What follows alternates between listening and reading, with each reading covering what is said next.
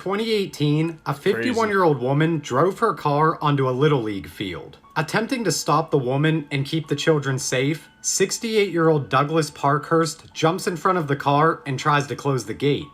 Part 4. Bacteria lives in your belly button. Back in 2012, scientists found 1,400 new species of bacteria that live there. Just like fingerprints, each person has their own unique bacteria farm that separates them from other people. Some bacteria can even travel around. Scientists once tested a volunteer and found bacteria that could only be found in the soils of Japan. But the volunteer had never been to Japan. There's a strain of rust that could wipe out billions of people from the earth. It's called the UG99 stem and was found in Uganda back in 1999. And it destroys 100% of the wheat in a field that it's in. And because of how much wheat is produced on a massive scale, if this strain infects production sites like in Europe, India, or China, it would cause billions of people to either starve to death or die of sickness. Next, there's a toxin called botulinum toxin, and just 60 grams of this is enough to kill every single person that has ever lived. It's a common substance found in Botox injections, and just a teaspoon of it can kill every single person alive right now. And the CDC in Atlanta is a Pandora's box that is one mistake away from unleashing the deadliest sicknesses known to mankind. If there's ever a breach, years of medical advancements will become useless because of the hordes of deadly diseases that are studied there. Facts that I wish I didn't know.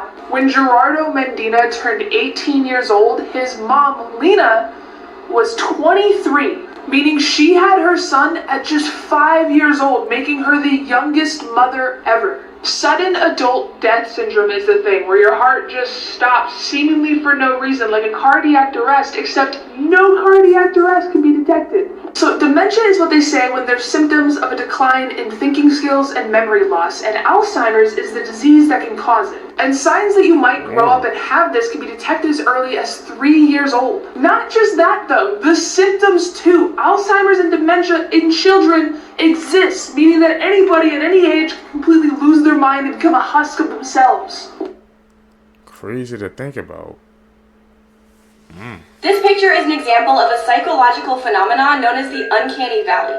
Most people, when they look at this image, are freaked out, and here's why. Our brains accept things that look human, but when there are slight differences, we become extremely uneasy, and this is known as the uncanny valley. A popular example of this is the movie The Polar Express, and this one definitely freaked me out as a kid. And it's because the characters look human, but not quite. Here's some more examples, but fair warning, they're definitely nightmare fuel.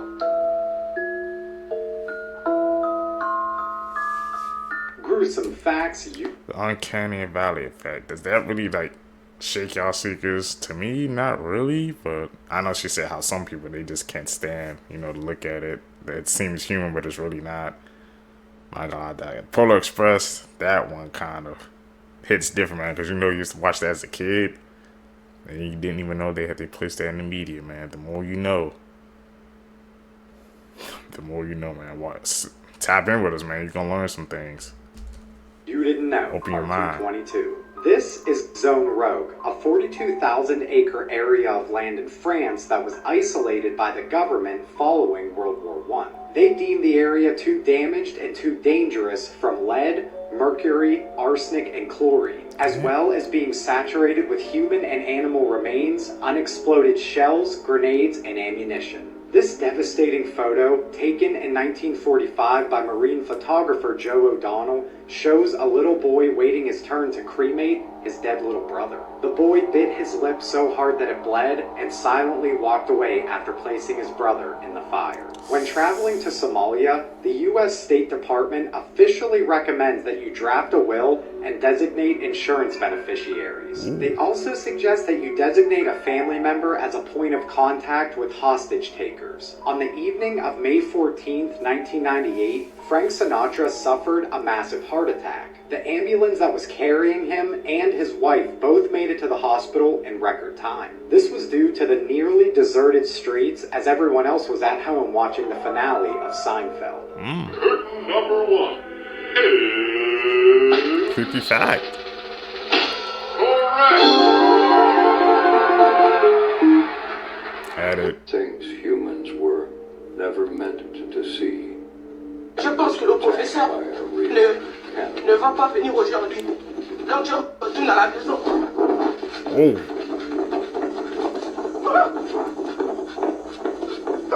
Hit the jets.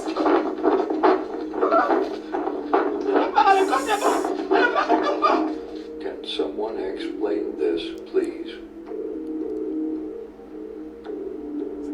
Creepy ass cloud. No, that's like two suns. What the hell?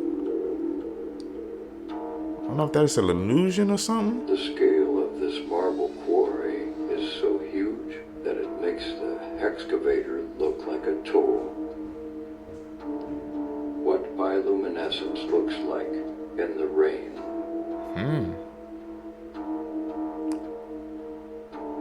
Whoa.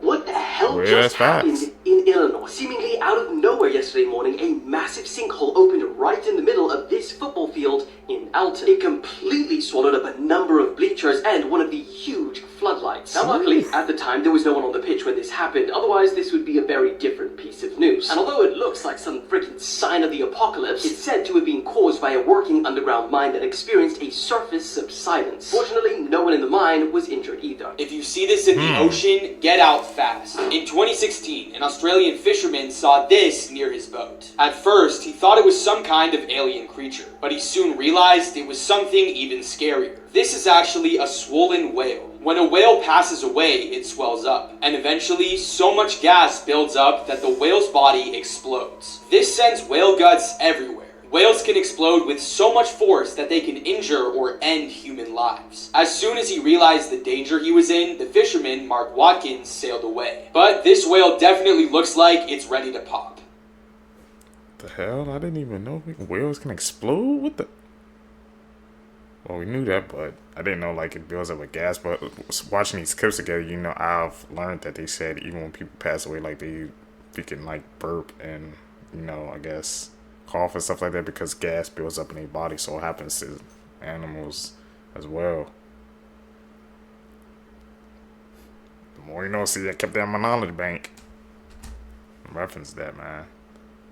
This might be the most disturbing experiment that NASA has ever conducted. Morbid Facts, Part 87. In the 1960s, NASA was funding an experiment to try to teach humans how to communicate with dolphins. They hired a woman named Margaret Howlett, whose only credentials were that she loved animals, perhaps a little too much. She stayed in a flooded home with a male dolphin named Peter and practically lived with him for 6 days out of the week. Peter was a sexually maturing male dolphin, so Margaret often had to satisfy him to calm him down. This led to the formation of an intense emotional bond that was abruptly ended once the experiment would shut down. A heartbroken Peter struggled mightily with the separation and became deeply depressed. One day, he decided to take one final breath before sinking down to the bottom of his tank and effectively ending his own life.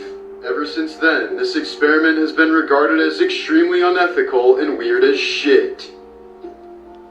You think? She was doing that to a damn dolphin. Wrong on so many levels.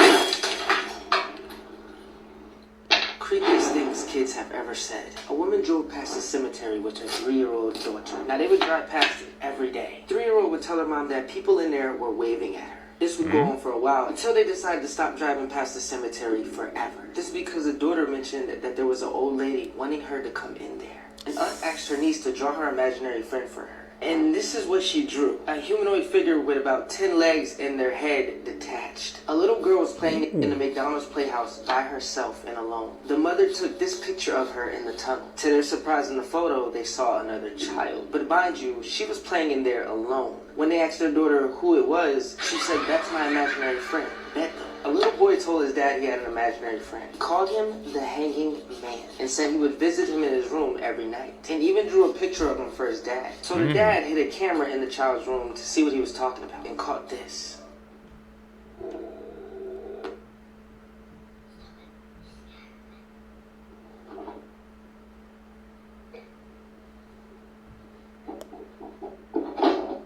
Check this out. Hey Liza, Okay. do you remember the day you were born? No, but I remember the earth was open and I crawled out of hell. Do they have a return policy on children? Because I think she needs one. Speaking What of the birth, heck? there is a 1 in 365 chance of you meeting someone with your exact birthday. Put your birthday down below to see if you can find your twin. Make sure to hit that follow button because part 2 is crazy. Yeah, put your birthdays down below. Research published yesterday has revealed that crows experience a much higher level of consciousness than we previously thought. A study into their brain revealed that crows experience primary consciousness, previously only observed in primates. We've always known crows were clever. They are excellent problem solvers, and creepily enough, research has shown that when a crow encounters a mean human, it will then teach other crows how to identify the human. Research has also shown that crows never forget a face, so remember that next time you're messing with one. The fact that crows, which last shared a common ancestor with primates 320 million years ago, are aware of themselves and their thoughts means we may have to completely rethink our understanding of consciousness and which animals experience it.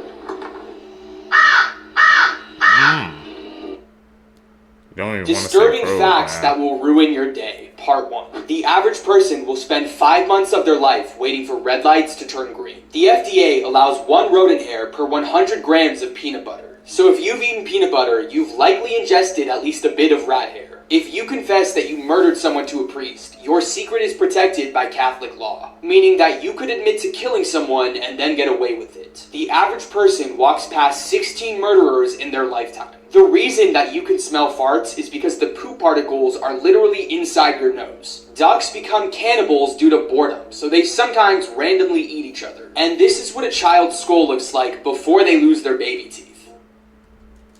What the hell? Saw that skull, man? All those teeth in there, bro?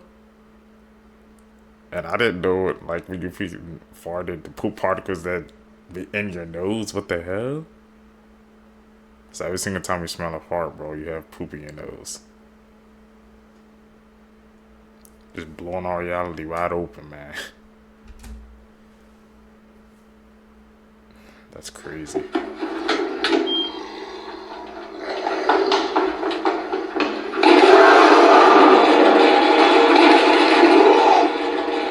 Wait, the sky outside is fake? When they launch this fake alien invasion, everybody gonna swear it's real. You know why? Because people don't know that the sky is CGI technology. I've been telling y'all this. That's not your real sky. See the sky behind me? That same sky up there. That motherfucker is not real. Alright? It's not real. I've been telling y'all that for a reason because it's being controlled. It's 5 layers to it. It's CGI technology. They showed you this shit in that movie Kong when he threw the motherfucking spear at the motherfucking sun, nigga. Right? They showed it right to you, but before they showed it to you in Kong, for those of you who've been listening to me at university, y'all know from day one I've been telling y'all this. So if people not know that CGI technology, once they get the change in the frequency of the sky, and they get the altering the layers of the sky to make it look like it's a war going on right there that's not. Alright? They make it seem like it's these huge spaceships that's in the sky that's not. And then they're gonna actually use actual spaceships that they do have from other extraterrestrial species like these insectoids and these greys and these other ones that they got, they got damn cahoots with. They gonna make this shit look real, y'all. Listen, this gonna be the biggest movie. Listen, this gonna be the biggest movie they never put out, nigga. This gonna be the biggest movie they ever put out. I'm saying movie for a reason because the shit ain't real, but it's gonna look real. Listen, you ain't better tell people that we ain't under UFO invasion. He could be onto something. Stay weird. These are the Interesting 5 theory. scariest space facts. You've been warned. If a massive asteroid was headed for the Earth, the chances are there isn't really much we could do. At any moment, the sun could emit a coronal mass ejection aimed at the Earth, and if we weren't prepared for it, it could destroy the entire world's energy grid and leave us without power for years. There are black holes lurking in the shadows, roaming throughout our galaxy, and if one entered our solar system, it would be all over. When a star runs out of fuel, it can emit a gamma ray burst, and if a star within 3,000 light years of Earth happened to emit a gamma ray burst, and it was aimed at us, the ozone layer would be destroyed. Finally, every year there is more space junk created, putting us at risk of being trapped within the Earth. Man, you got junk on Earth, junk in space, bro. It's like all that just keep piling up and up. I don't even know what space junk.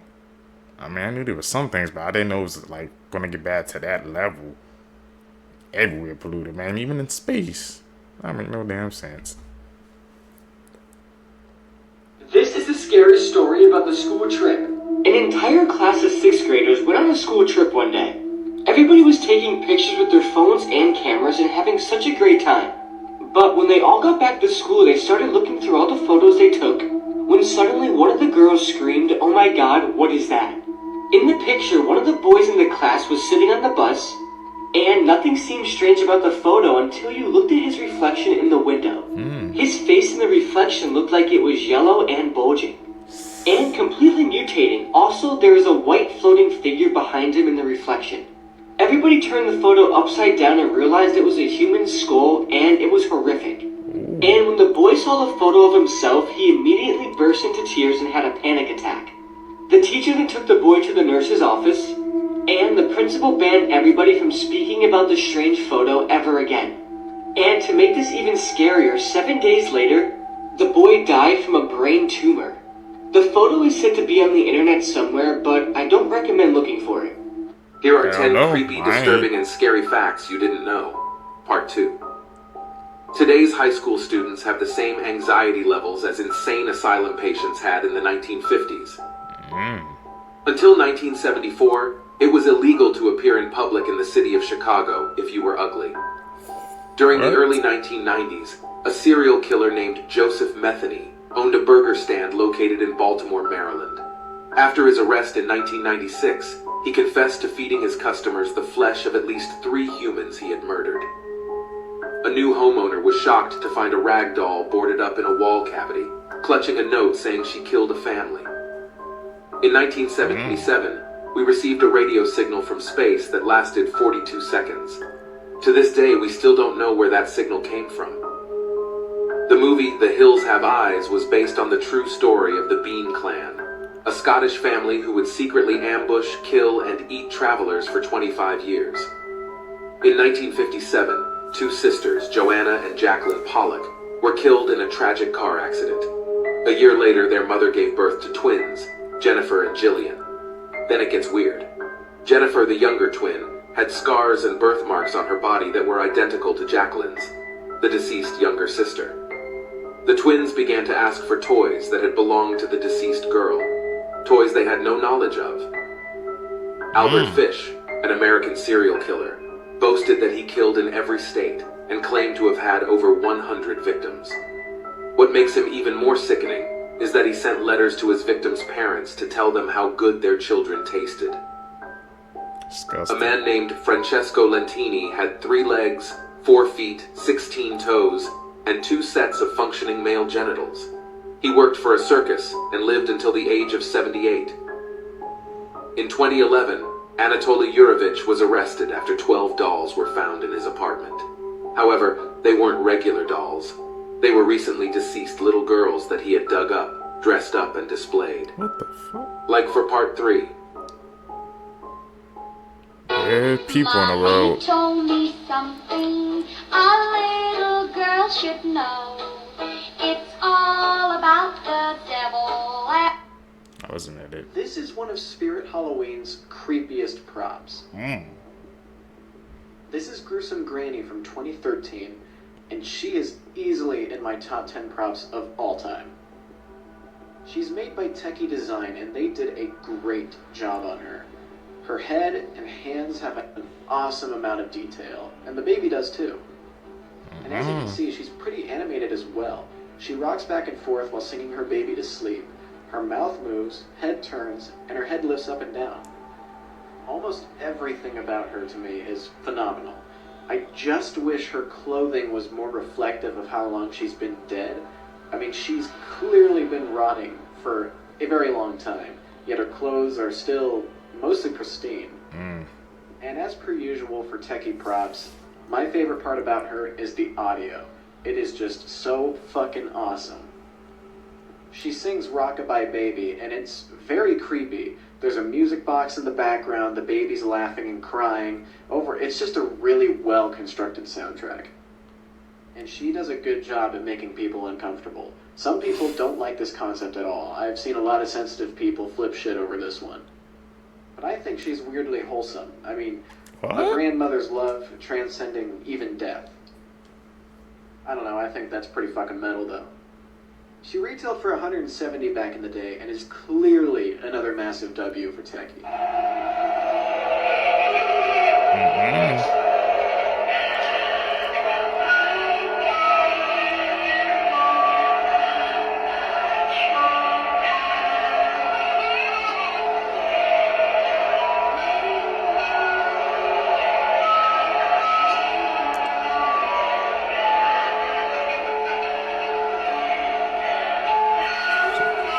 Tell us some kids.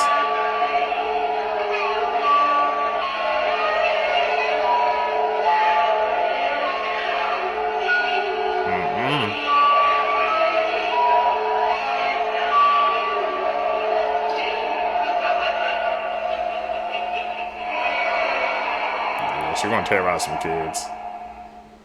Terrifying facts you never knew. If your immune system ever found out that you have eyeballs, you would go blind. Which means right now your immune system has no clue that you can see. Because if they did, they would attack your eyeballs until you can no longer ever see. This is because your eyeballs have a protein in them called crystalline that doesn't exist anywhere else in your body. So if your immune system found out and checked them out, it would be like, something's wrong here. Studies show that most serial killers are born in November. Today's high school students have the same anxiety levels as insane asylum patients had in the 1950s. I'm not gonna lie to y'all, my anxiety might be up there too. There's a disease called fatal familial insomnia, where people suddenly one day lose their ability to fall asleep, which leads them to slowly go insane. They can't distinguish dreams from reality anymore and go into some type of paranoia. It becomes so severe that they eventually die. Those that make it to the final stage and don't die usually end up in a vegetative state, no longer conscious. And it can happen to any one of you. About 3,000 people go missing every year in the United States. The last execution by guillotine was in 1977. This was in France. And also that was the same year the first Star Wars movie came out. You are always 6 minutes away from death, but breathing resets the clock. In 2011, Anatoly Yakovlevich was arrested for having 12 dolls in his apartment. Only problem is, they weren't normal dolls. They were recently deceased little girls that had been dug up and dressed to be put on display. In 2012, a Burger King employee anonymously posted this to 4chan. It said, "This is the lettuce you eat at Burger King." It only took 20 minutes for people to track down the branch that he worked at, and he was fired. You really never know what people are doing to your food. H.H. Holmes was a serial killer who built a torture hotel in the 19th century. He had secret rooms with gas chambers, trap doors, and stairs that led to nowhere. He loved to play with his victims' minds. It was almost like a real-life Saw movie. There's a bridge in Scotland called the Overtoun Bridge, and for some reason, dogs keep jumping off of it at the same spot. Yeah, they just jump to their deaths. Experts can't figure out why either. Some people speculate it's a magnetic field, or maybe a frequency that only they can hear, but others believe it's something supernatural. But whatever is making dogs jump off that bridge to their deaths is still to this day unexplained.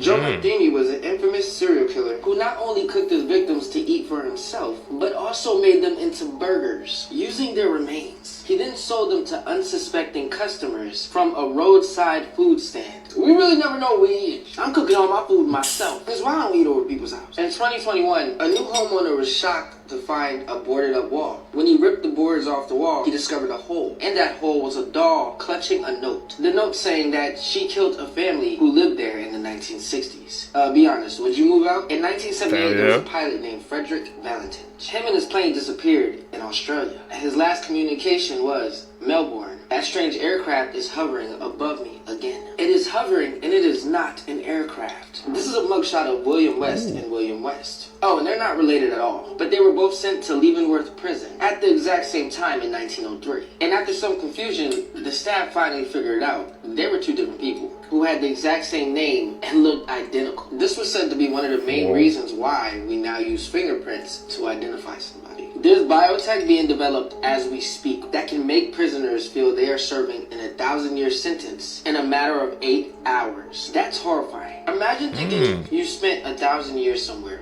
And then when you wake up and snap out of it, you realize that it was only a couple hours. Disturbing animal facts are going to make you look at the animal kingdom differently. Parents and teachers definitely wouldn't want me telling you any of these. So, listen the fuck up. A flatworms definitely look like the kind of creature that God was bored on the day he made them. However, there is some fucked up shit going on in the flatworm species. For starters, all flatworms are actually born male. Gotta be very careful in how I phrase this next part, otherwise Papa TikTok will be very mad at me. All flatworms, as they are born male, will fight with their lightsabers, in which the loser of the duel gets injected and their lightsaber falls off, making them a female, and that's how flatworm females are made. Next up, sperm whales are very majestic creatures. Oh, they're fucking not, and let me tell you why. They can actually vibrate you to the next world. They are so physically massive that their clicks are so loud that they can vibrate you or cause an air bubble in your brain, making you meet your maker very quickly. Geese, these blue-eyed devils are so strong that they can break your shins with their beaks. Dolphins are little shits. You know how you like going down to the lake and skipping some stones? Well, this complete menace enjoys that too. However, instead of using stones, they use fucking stingrays. That's right, when they're bored, they swim down, catch them, bring them to the surface, and skip them along like they're a rock. I'm holding back the laughter, but it's still wrong. Next up, we've got baby sloths. If a baby sloth falls off its mother's back and down onto the forest floor, sadly, more often than not, the mother can't spare the energy to go down and get it. Which, as you can imagine, doesn't necessarily end well for a baby sloth. And finally, we have pigeons. Now, I dislike these flying dodos as much as I dislike seagulls. However, I'm not kidding, they are capable mathematicians. I'll be honest, point out to myself, I fucking hate maths. But just like non-human primates, they are capable of learning abstract mathematical concepts. However, they're complete menaces to their own society as shown in this video.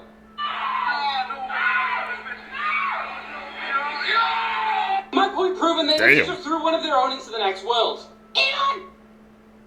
Phase ADAP, he was on the pigeon theory, man. He was the first one. Websites you should never visit. Part 2. Crime scene photos. Trigger warning, this website is extremely graphic and not for the faint of heart. It shows real live crime scene photos, and then explains them in depth. The website is a bit much and not for everyone, so I would definitely take that with a grain of salt. Comment down below and tag a friend if I should do a part 3.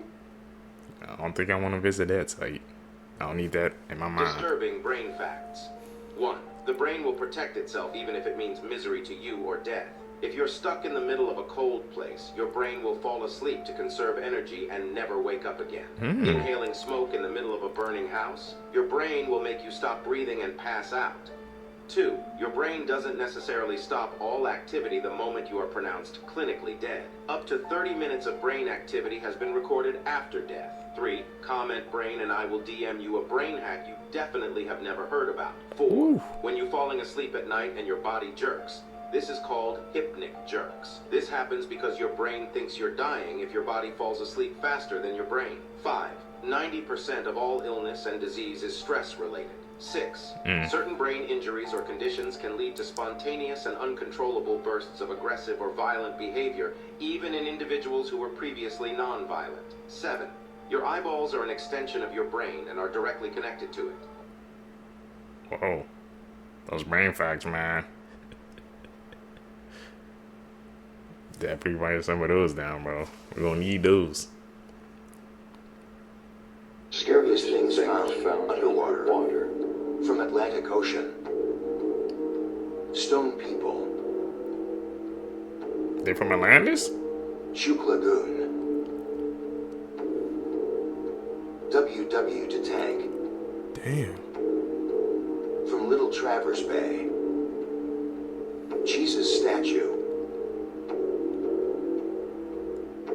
From Lake Lanier. Underwater ghost town to 150 plus towns. From Lake Neuchatel. Shark statue. From Antarctica. Ningen. What's that? From Minnesota Lake. Jason Voorhees statue.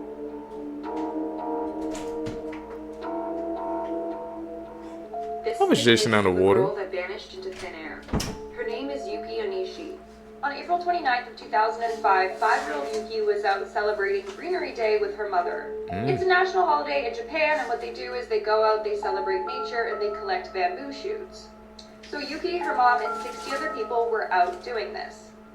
Yuki was so excited that she found her first bamboo shoot, she showed her mother, and then she ran off to find more.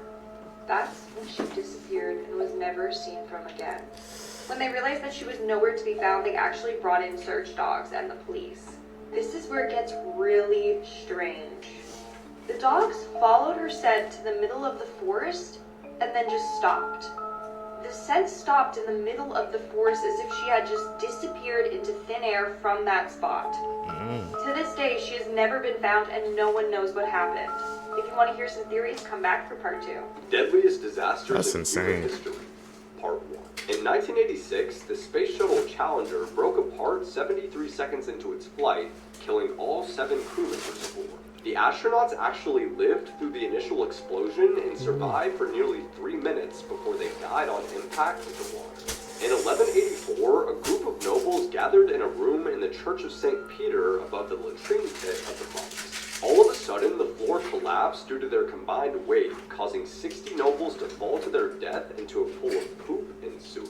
In 1893, gifts were being passed out at a magic show in Victoria Hall. Over 1,000 kids tried to force themselves down a narrow staircase that led to a single door that opened inward. Only one child at a time could pass through, causing 183 children to be crushed to death. With some gifts, man. Even back then, bro, people were going crazy over gifts. About items, belongings, man. It just don't make sense. People gotta be more careful. Facts, part 409. In November of '99, the girlfriend of Panthers wide receiver Ray Caruth was shot 4 times and later died in the hospital. It was soon determined that her NFL boyfriend had hired a hitman to kill her after she reportedly refused to abort their baby. The baby ended up surviving, and Caruth went to prison for 19 years before being released in 2018. During a tense pro basketball game in 1992, Serbian player Boban Jankovic was frustrated with a foul call and slammed his head into a padded concrete post. He immediately dropped to the floor and was never able to walk again after badly damaging his spinal cord. Earlier this year, 44-year-old Pennsylvania man John Matthew Chapman was sentenced to life in prison after driving his girlfriend across the country and luring her into a Nevada desert for a bondage photo shoot. He then bound her to a signpost with zip ties, taped her mouth and nose shut, and watched as she died. Here's what would happen if every girl on Earth disappeared. So about 4 billion girls would be wiped out and the boys would be left to fend for themselves. And more than 70% of people in the medical field are actually females. So people would be dying left and right. Also, the entire school system would collapse. This is because most college students and professors are actually female. On top of that, 30 countries would lose their leaders and the world would fall into chaos. And then the boys would be left alone to go extinct. Things humans weren't meant to We need women. That's simple. That's a very simple thought.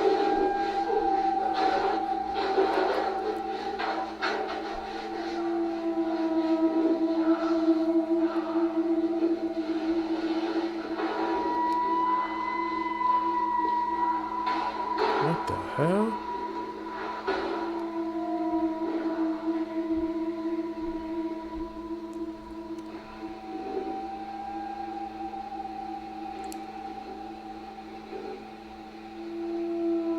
All this secret footage. Okay, that looks kind of edited right there. I can't lie to you right there.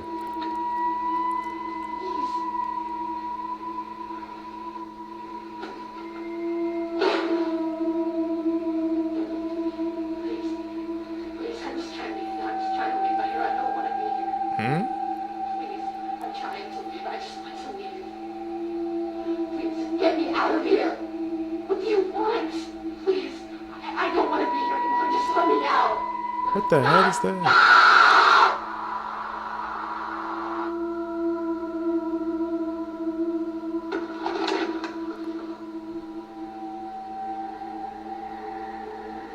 Super secret footage. Gruesome facts you didn't Is that legit on the edit? This is the sandbox tree, a tree doing everything in its power to kill you. If its deadly appearance isn't enough to keep you away, maybe learning that its small fruits, which look like little pumpkins, actually become time bombs when they fully mature. With a loud bang, they will fling their hardened seeds up to 150 miles per hour and over 60 feet. Damn. To further add to that, the fruits are also poisonous, and the sap can cause blindness and a painful red rash. This is a nose tomb located in Kyoto, Japan, which is filled with Korean noses. Japanese samurai would collect trophies from those they killed during wartime. Now, traditionally, it was the entire enemy's head. But due to how cumbersome it would be to take that many severed heads, they went with noses instead. The noses would be pickled and sent back to Japan. This tomb contains an estimated 38,000 noses. In July of 2018, a tofu worker in Indonesia named Sugito was out collecting grass and vegetables for his cattle when he accidentally wandered into a licensed crocodile sanctuary. It wasn't long until he was attacked, and guards did hear his screams, but they couldn't save him. The next day, a mob of over 600 angry villagers stormed the sanctuary to take revenge. First destroying the office, then going after the reptiles. In total, they killed 292 crocodiles. After each crocodile was dead, it would be dragged and placed into a giant bloody pile, and then they would take selfies in front of it. Morbid fact. They slid, bro. They was not playing, man. That type of community like that, you can't find that. That's rare. Don't mess with people, bro. You don't know where they come from. Part 408. American actor and model John Eric Hexum was once seen as the next big thing in Hollywood due to his charming looks, charisma, and radio voice. But in 1984, he died on the set of the TV show Cover Up after accidentally discharging a blank cartridge into his skull. Hexum had apparently been playing Russian roulette with a prop gun during a break in filming, and the muzzle blast caused enough blunt force trauma to fracture a piece of his skull that propelled into his brain. Serial killer Israel Keys went the extra mile to ensure that he would never be detected. He had no preferred victim type and never killed in the same area twice. For one murder, he flew to Chicago and drove 1,000 miles all the way to Vermont in a rental car, and used a murder kit he'd hidden there 2 years prior. When shopping on his murder trips, he always kept his phone turned off and only ever paid in cash.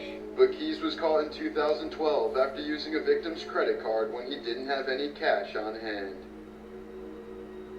Things This people do Jesus is to statue not get started caught. leaking water, and everybody thought it was a miracle until they realized it wasn't. In 2012, when water started dripping down this Jesus Christ statue in an Indian church, everybody thought it was a miracle. Hundreds of people would gather there every single day just to get a drink of this water. They thought it would cure diseases and even send them to heaven. But this guy right here wasn't buying it. His name is Sanal, and he wanted to see it for himself. So he traveled across the world to see this statue and began his investigation. He searched the building next door where he found drain pipes that had bursted, and they were leaking everywhere. It turns out the water dripping down from the statue was actually sewage water. So the water people were collecting and drinking was literally poop. Sanal shared this information with everyone, but nobody wanted to hear it. Instead, he received threats, and the church even sentenced him to prison. Let's talk about the Arcadia. He was just trying to expose the truth. Arcadia County, Or tell the Ohio, truth. A teen named Calvin Dim went missing on his way home from school. This was really unusual at the time because Calvin was actually a pretty well-accomplished athlete, and he was very tall for his age, so whoever did overtake him and abduct him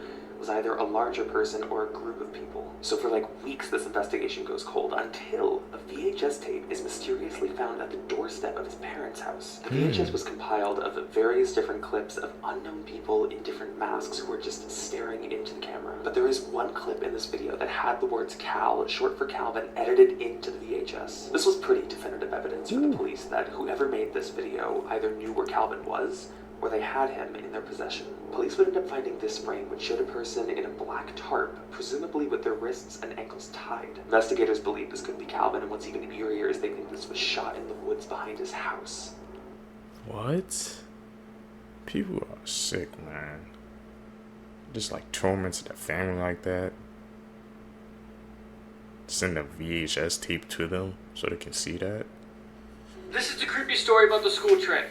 An entire class of 6th graders went on a school trip. Everyone was taking pictures with phones and cameras. When they returned back to school, everyone was looking through the photos when the one girl said, "Oh my god, what is that?" Everybody ran over to look at it. In the picture, one of the boys in the class was sitting on the bus. Nothing seemed strange about the photo until you looked very closely at his reflection in the window. His face in the reflection looked like it was yellow and bulging, bubbling and mutating, and there appeared to be a strange floating white thing beside him. When everyone turned the picture upside down, they realized it was a skull, and it was horrific. When the boy saw the photo of himself, he burst into tears and immediately had a panic attack. The teacher had to send the boy to the nurse, and the principal banned everybody from ever speaking about the strange photo again. 7 days later, the boy in the photo died from a brain tumor. So what the hell was that? Like a sign or something, man? He said he saw a skull on him, bro. And they was all taking pictures, man. So that had to have been a sign, right? That's crazy how they caught that on camera. 7 days later, man. When you taking pictures, bro, it tells a story. I learned that watching these videos together with you guys. Here's 5 things you won't believe you can buy off the dark web. The last one could have saved me a ton of money. Number 1 is fake passports for any country in the world. Now this is very dangerous because a lot of terrorists use this. Number 2 is a hitman. You can hire a contract killer to get the job done for you for approximately $5,000. Number 3 is credit card numbers. And since you can never know that an individual credit card has been canceled, these identity thieves sell them in batches of 100. Number 4 is a lifetime Netflix account for just $1. This account is paid for using stolen credit cards. Finally, at number 5, a fake college degree from the college of your choice. People getting fake degrees out here? You gotta check everything. Humans were never meant to see. If you didn't know, this is what a snail drinking water looks like. It's actually super rare, and the fact we were able to capture it on camera is incredible. But what's more incredible is this octopus dreaming. And the reason why it's changing colors so much is because it's dreaming about different environments. So it's trying to blend in all of them. Whoa, what the hell? Octopus can dreams? Yeah, I never do that. And that shot of the snail looks like a freaking, like a bullet went off, bro. It's like that quick. Hey man, nature. I learn new things every single day watching these videos together with you guys, so I'm always grateful for that. Whew. Now I love dinosaurs as much as the next guy, but I think it's pretty safe to say there ain't no way in fuck I'm taking part in this shit. Cause here are some of the scariest extinct animals you'll be glad took the L. First up, we got the Therizinosaurus, a literal Freddy Krueger of a dinosaur. If you don't believe me, what the fuck is that? They had 3 feet long claws. Now scientists say that they're most likely herbivores, but I'm sorry, evolution, what the fuck? Why have you given a herbivore 3 foot long claws to tear down the little plants? Meanwhile, you've given the T-Rex, the daddy meat-eating carnivore, little fucking Tootsie Rolls for arms. The me no comprende. Next up, we got the Meganeura. Now, I'm really not a fan of dragonflies nowadays, so a flying cocky fucker with a wingspan of 75 centimeters that resembles a dragonfly can fuck off. And finally, we got sea scorpions. Now, they're on the list purely for their size. I mean, what? They had a length of 8 feet and 3 inches, and when their claws were actually fully extended, that could add another 3 feet to their length. You know, just an 11.5 foot scorpion. We chillin'. Now, I don't mind scorpion. If this was a spider, nah! Yeah, we ain't doing... I know we all do spider seekers. That's a no. Man, so scorpion was that big back in the day? You can say we glad they took the L, bro. This is Perfection, one of the worst videos on the dark web you should never go looking for, explained. Okay, so Perfection is a dark web video nobody should go looking for or even want to see. The video shows a woman peeling her nose and entire face off with a potato peeler, with literally zero expression or pain on her face throughout the entire time doing it. After she completely peeled off her face and nose, her jaw was just hanging down because there was no support from the cheeks anymore. There is a story about 3 friends who watched the entire Perfection video and 2 of them ended up dying. Many reports say that while watching the Perfection video, it somehow hypnotizes you and you end up doing what the girl did to herself and dying. But luckily for all of us, this video is literally impossible to find. It's extremely hard to find on the dark web, which means it's virtually impossible to find it on the normal web. Good. This is honestly a video I would even stay curious on, because it comes from the dark web for starters, and it's extremely and utterly awful. Nobody knows who the girl is or why she's doing this to herself, and nobody knows who even made it. But the stories surrounding the video saying people get hypnotized and end up peeling their own face off and dying make it 100 times more scary, and should make you not want to watch it or even look for it. Perfection is regarded as one of the most unsettling and disturbing videos on the internet. and the mysterious origin and story of it make it truly an internet mystery. Let's talk about a terrifying moment from the scariest game I have ever played. Lost in Vivo. In Lost in Vivo, your dog Danny has ventured into the sewer and it's our job to save him. Danny is our best friend. We can't let him get hurt. The sewer goes deeper and deeper, evolving into all sorts of random locations. We push on to find Danny, fighting through unspeakable horrors while we do so. Eventually, we make our way to a mining area. And look, there's Danny. He even comes when we whistle. But wait a minute. Why does he look a little off? Why does he sound like that? All of a sudden, Danny's body begins to open up. This is not your dog, and you need to run because it can smell your fear. What type of game is that, bro? Dogs, the final boss? If your immune system ever found out that you have eyeballs, you would go blind. Which means right now, your immune system has no clue that you can see. Because if they did, they would attack your eyeballs until you can no longer ever see. This is because your eyeballs have a protein in them called crystalline that doesn't exist anywhere else in your body. So if your immune system found out and checked them out, it would be like, something's wrong here. Studies show that most serial killers are born in November. Today's high school students have the same anxiety levels as insane asylum patients had in the 1950s. I'm not gonna lie to y'all, my anxiety might be up there too. There's a disease called fatal familial insomnia, where people suddenly one day lose their ability to fall asleep, which leads them to slowly go insane. They can't distinguish dreams from reality anymore and go into some type of paranoia. It becomes so severe that they eventually die. Those that make it to the final stage and don't die usually end up in a vegetated state, no longer conscious. And it can happen to any one of you. About 3,000 people go missing every year in the United States. The last execution by guillotine was in 1977. This was in France. And also that was the same year the first Star Wars movie came out. You are always 6 minutes away from death, but breathing resets the clock. In 2011, Anatoly Yakovlevich was arrested for having 12 dolls in his apartment. Only problem is, they weren't normal dolls. They were recently deceased little girls that had been dug up and dressed to be put on display. In 2012, a Burger King employee anonymously posted this to 4chan. It said, "This is the lettuce you eat at Burger King." It only took 20 minutes for people to track down the branch that he worked at, and he was fired. You really never know what people are doing to your food. H.H. Holmes was a serial killer who built a torture hotel in the 19th century. He had secret rooms with gas chambers, trap doors, and stairs that led to nowhere. He loved to play with his victims' minds. It was almost like a real-life Saw movie. There's a bridge in Scotland called the Overtoun Bridge, and for some reason, dogs keep jumping off of it at the same spot. Yeah, they just jump to their deaths. Experts can't figure out why either. Some people speculate it's a magnetic field, or maybe a frequency that only they can hear, but others believe it's something supernatural. But whatever is making dogs jump off that bridge to their deaths is still to this day unexplained. Joe Matheny was an infamous serial killer who not only cooked his victims to eat for himself, but also made them into burgers, using their remains. He then sold them to unsuspecting customers from a roadside food stand. We really never know what he is. I'm cooking all my food myself. That's why I don't eat over people's house. In 2021, a new homeowner was shocked to find a boarded up wall. When he ripped the boards off the wall, he discovered a hole. In that hole was a doll clutching a note. The note saying that she killed a family who lived there in the 1960s. Be honest, would you move out? In 1978, there was a pilot named Frederick Valentin. Him and his plane disappeared in Australia. His last communication was, "Melbourne, that strange aircraft is hovering above me again." It is hovering, and it is not an aircraft. This is a mugshot of William West and William West. Oh, and they're not related at all. But they were both sent to Leavenworth Prison at the exact same time in 1903. And after some confusion, the staff finally figured it out. They were two different people who had the exact same name and looked identical. This was said to be one of the main reasons why we now use fingerprints to identify somebody. There's biotech being developed as we speak that can make prisoners feel they are serving an 1,000-year sentence in a matter of 8 hours. That's horrifying. Imagine thinking you spent 1,000 years somewhere,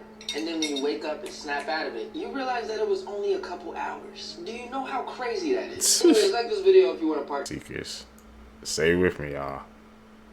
Let's seek the truth.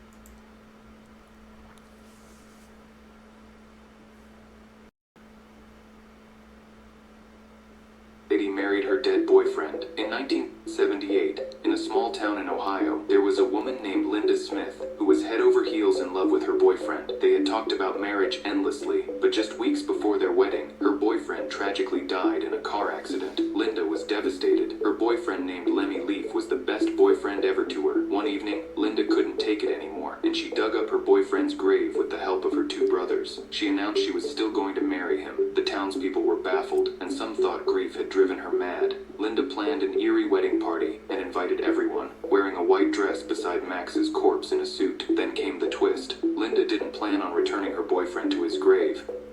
Instead, she decided that they will live together and have a family. All her friends and family saw her as a mad woman, but she didn't care. She kept her boyfriend inside a refrigerator and would occasionally bring him out for a walk. About 11 months later, she got pregnant, but you already know how she got that child. Creepy last words people said right before dying. Laura says that she works in a palliative unit, and many dying patients claim to see nuns. The nuns are said to be dressed in all white or all black. She said that many patients' last words before they died were related to the nuns. She said that one time a patient told her, "Will you tell the nun to stop waking me up at night?" She kept waking me up to see if I was okay. On another occasion, she asked a patient who he was talking to, and he replied, "The nun sitting over there." One night, Laura was sitting down, and she noticed someone dressed in all black go into a patient's room. She found it odd for a visitor to come in at 2 a.m., especially since the patient never had visitors before. She decided to peek in the room to see who the visitor was, but when she walked in, there was no one there. The patient passed later that night, even though Laura says that when she put him to bed that night, he didn't seem close to death at all. Laura says that it freaks her out when the patients talk about the nuns. If you hear bones, the nun is real. You at night, you better run. The Gashidokaru are a yokai from Japanese folklore dating back 1,000 years. They are described as malevolent skeletal giants that can be as big as 15 times the size of a human. It's said that these giants wander around in the middle of the darkest nights, and if they see a human, they'll sneak up behind them. The last thing the victim will hear is the clinking of bones and the chattering of teeth before the Gashidokaru reaches down with its skeleton hands to crush them, bite off their head to drink their blood. According to the folklore, these things are created when people died from war and famine and didn't receive a proper burial. Unable to move on, their souls become angry ghosts, and when hundreds of them gather together, their hatred ferments and twists into this supernatural force, bringing the bones of the deceased together into this gigantic and horrific form. They're thought to be indestructible, so the only way to ward them off is with a Shinto charm. But what do you think of the Gashidokaru? Make sure to leave a comment and like and follow this channel for more 14 content. I think the Gashidokaru, boy, if I've ever heard of that, if you can anime called Attack on Titan, I'm guessing that's where it took the inspiration from, because those designs are kind of similar, bro. Hey, man, like we said, we finding out, watching these videos together, that all pieces of media, man, they originate from somewhere, bro. Folklore, rumors, legends. That's what I learned, bro, watching these videos together with you guys.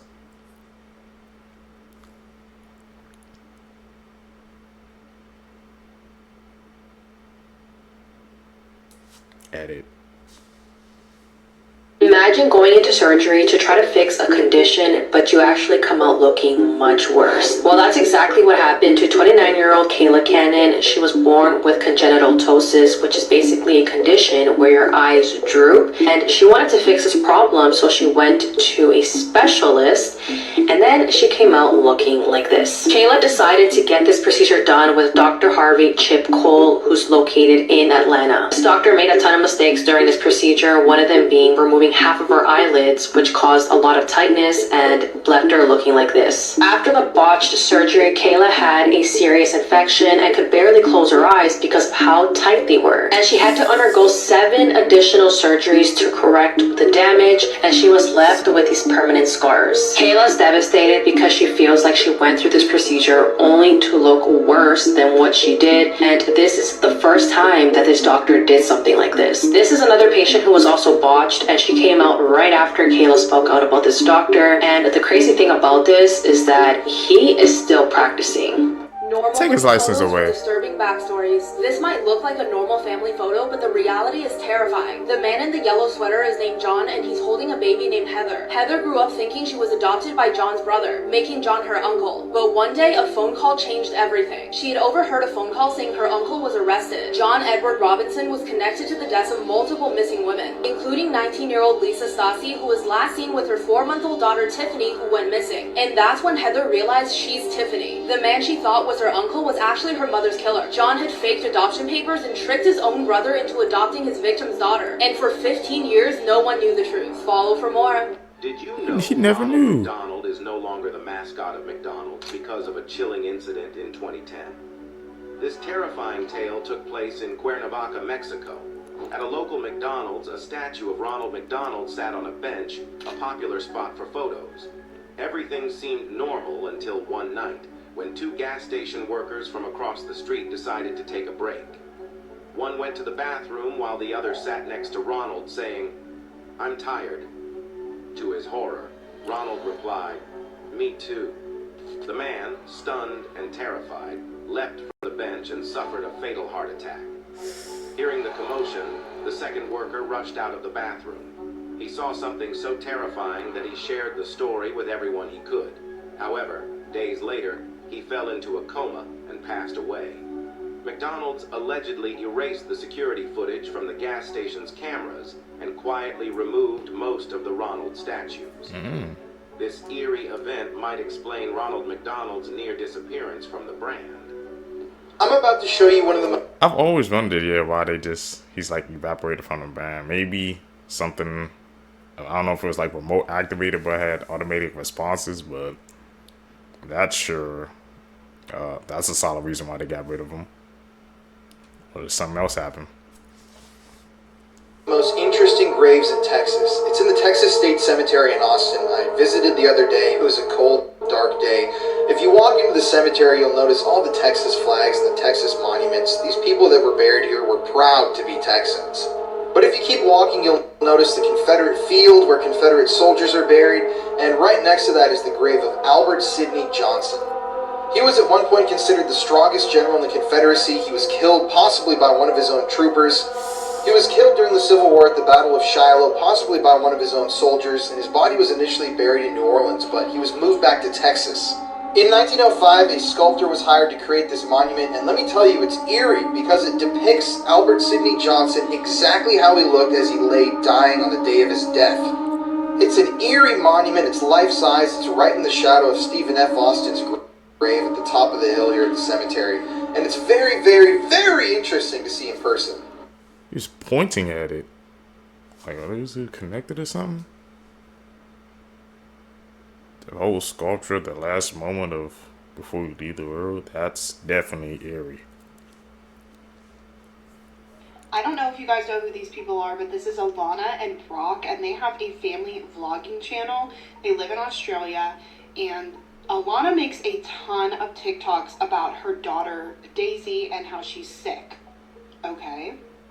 It has just been found that her daughter does not have all of these sicknesses that they previously thought she did, and she was actually being poisoned. Now, Alana had just come on TikTok not too long ago crying and saying how her daughter had brain tumors all through her scans, and her daughter has been sick for a very, very long time. It was found that increased high levels of benzodiazepines were found in Daisy's bloodstream that was leading to her sicknesses. Alana has been profiting off of Daisy's sickness. She has GoFundMe pages, all of her TikToks that are now deleted, the whole page is deleted. All of it has been her doing this to her daughter, allegedly. Daisy's dad said he had no clue about any of this, and the children, because they had multiple kids, were taken out of their care, and right now Daisy is recovering. So Amy Slayton from Clout was TLC's dangerous, 1000 man. Sisters was just arrested, and the way she was arrested is an actual fever dream. Like, honestly, I feel bad because if this goes the wrong way, she could lose custody of her children. So on Labor Day, Amy Slayton, her boyfriend, and 2 children went to a safari park in Alamo, Tennessee. It's basically like a drive-through zoo where you can feed the animals and pet them if they let you. We don't know exactly how it went down yet, but sources are saying that Amy was bit by one of the camels. I don't know if the injury was so bad that Amy called the police, or if it's just the park's policy to call the authorities anytime someone is bit by an animal, but the police were called, and when they approached Amy's car, they immediately smelled some green flower, if you know what I mean. And when the authorities looked inside, they allegedly saw the flower and some special mushrooms in plain sight. Amy and her boyfriend Brian Lavorne faced charges of illegal possession of Schedule 1 and Schedule 6, and because the children were in the car, they also faced 2 counts of child endangerment. We know that the children are safe and staying with Amy's family members, but Tennessee's Child Protective Services are still investigating, so this could end very badly for Amy. And as of now, I'm pretty sure Amy is still in the Crockett County Jail on a $10,000 bond. I am unaware if 1000 Pound Sisters is even filming right now, but if you are, let me know in the comments. Oh, they're TV stars, what the hell? Out loud, you might die. Hello, my name is Tamino, the creator of the poem Tamino's Hell. I was a boy who lived in Japan. I had very strict parents who would commonly give me cruel and unfair punishments, and was beat by my sisters. One day, I wrote this poem about my journey through hell, fueled by my sisters. But be careful, do not read it out loud. My parents found this poem and dragged me to the cellar and locked me in for several days. They did not bring me food or water, and I passed away due to starvation. My spirit now haunts this poem, and anyone who reads it out loud will be cursed with the same feelings of helplessness and despair that I once felt, as well as extremely bad luck, including accidents, sudden illness, or loss of their voice, and eventually, loss of life. So don't risk it, and always remember... Dirty Facts About History That They'll Never Teach You in School, Part 4. In her famous diary, Anne Frank originally wrote many explicit details involving her lady part's menstruation and pleasuring herself. Her father, Otto, cut those parts out. John Harvey Kellogg, one of the Kellogg brothers who invented breakfast cereal, advocated for sewing silver wires through boys' foreskins to prevent them from masturbating.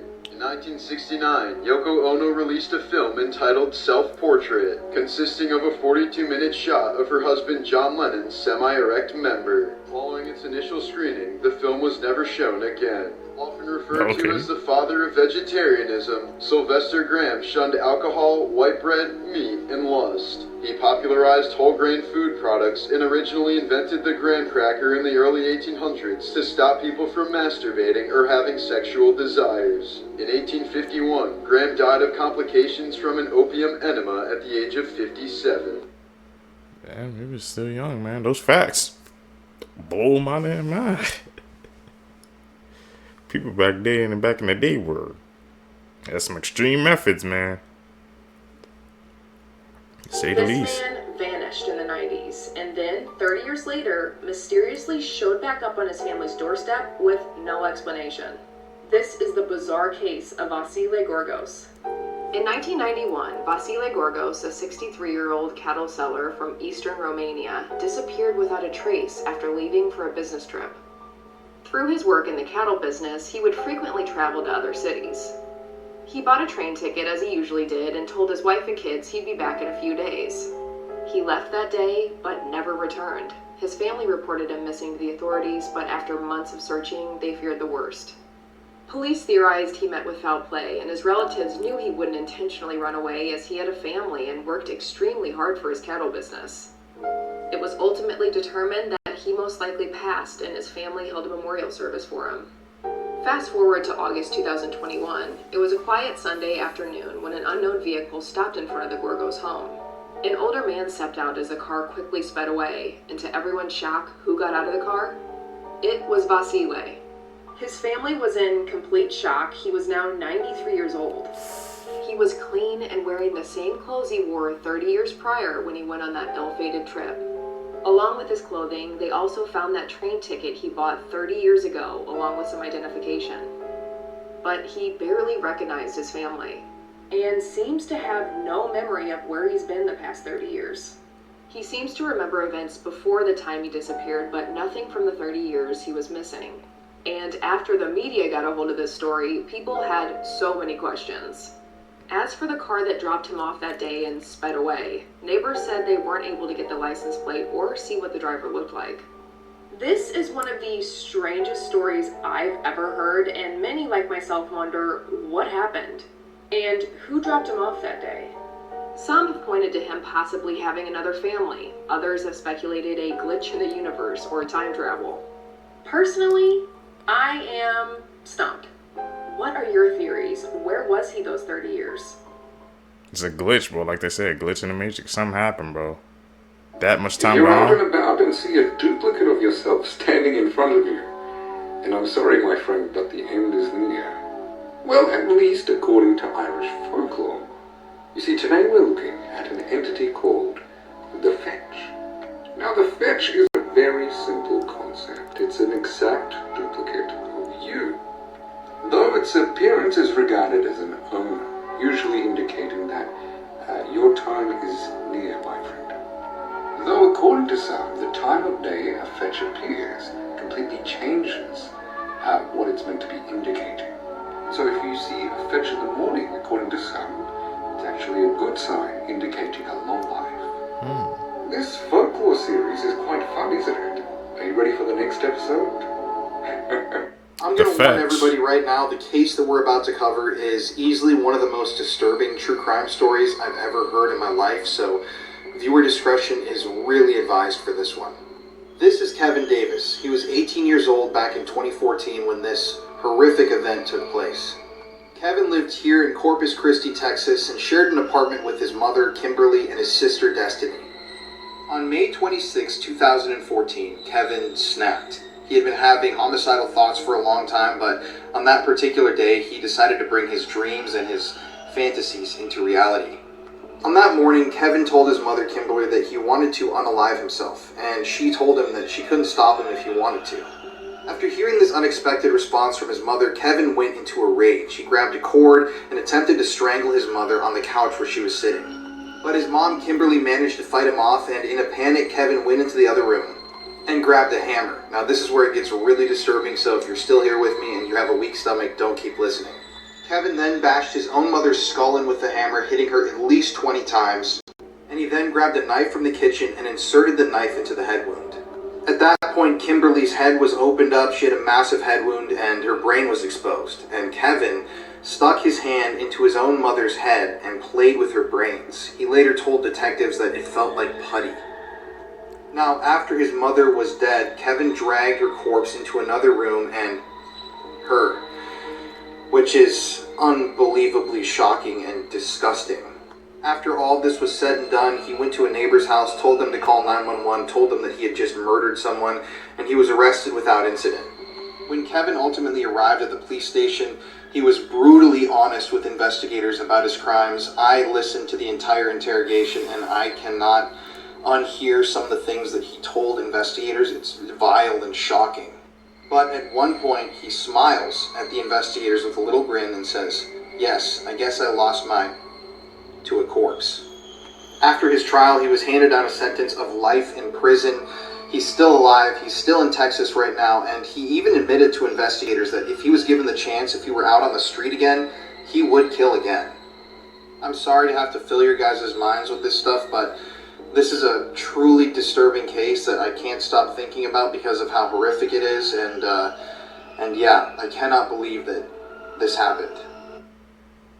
No words for that case, man. Speechless.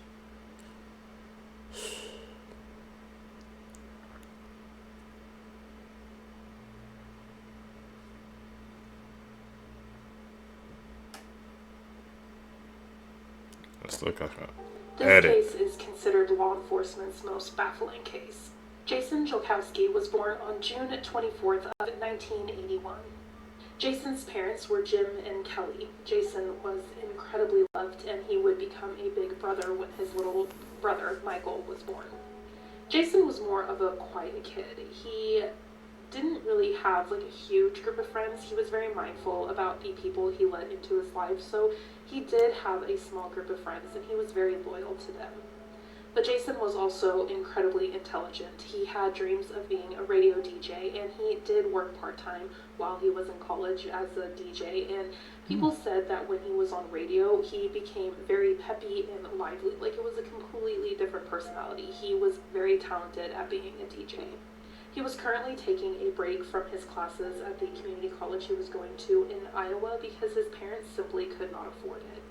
But he very much planned on going back to school. He had just recently gotten another job that offered tuition reimbursement, and he was very excited to continue his studies so he could become a radio DJ. But on top of wanting to be a radio DJ, he also was very religious and talked about maybe one day becoming a priest.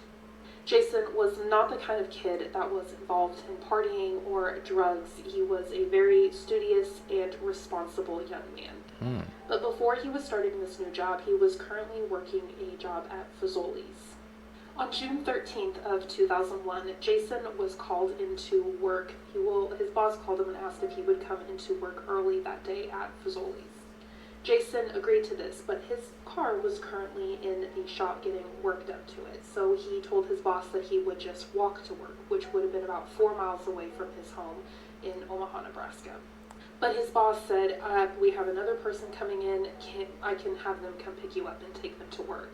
So Jason agreed to meet with this person at the high school that both him and his coworker had gone to school at. This would have been about 8 blocks away from his house, or half a mile. They agreed to meet at the school at 11 a.m. and the last known sighting of Jason was about 10:45 in the morning when their neighbor saw Jason and his younger brother Michael taking the trash cans from the street back to the garage. This would have been about 10:45. Jason is then seen walking toward his high school right after taking these trash cans back from the curb to the house. And sometime in this 10-minute walk, it would have been about 10 minutes to get from his house to the high school, Jason simply vanishes. We'll get into more in part 2. Give me a couple of minutes to film it and get it up. It'll be down in the comments. The trial ended with 2 deadlocked juries, causing the boys to be retried, but during the second trial, the judge didn't allow the boys to use the sexual abuse as a defense. Both brothers were convicted of 2 counts of first-degree murder, with both of them receiving life sentences and no possibility of parole. They then didn't see one another for 22 years. Until 2018, they were housed in the same unit, and when they met, they embraced and burst into tears. The child psychologist that works with the brothers claims that the boys are innocent and their father was in fact a monster. A cousin of the boys also states that he remembers Lyle telling him during his childhood that his father was doing things to him that no parent should ever do. Others believe, however, that the boys are simply using any excuse they can, given that they are actually held accountable for their crimes. But ultimately, it's up to you to decide the innocence of...